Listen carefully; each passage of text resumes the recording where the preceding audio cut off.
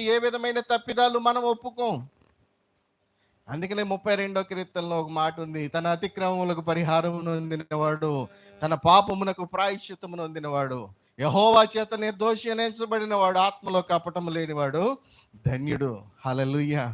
ఈ ఉదయకాల సమయంలో ఈ మాటలు వింటున్నటువంటి మనము, ఈ మాటలు ధ్యానం చేస్తున్నటువంటి మనము, యాకోబులో నక్షత్రం ఉదయించింది, ఈరోజు నీలో నాలో కూడా ఉదయించడానికి సిద్ధంగా ఉంది. అదే క్రిస్మస్. నీవు ఎవరివో ఆయనతో చెప్తే, మనము ఏ స్థితిలో ఉన్నామో మన స్థితి ఆయనకు చెప్తే, మన పరిస్థితి ఆయన మార్చడానికి, నక్షత్రములాగా మన జీవితాన్ని మార్చడానికి.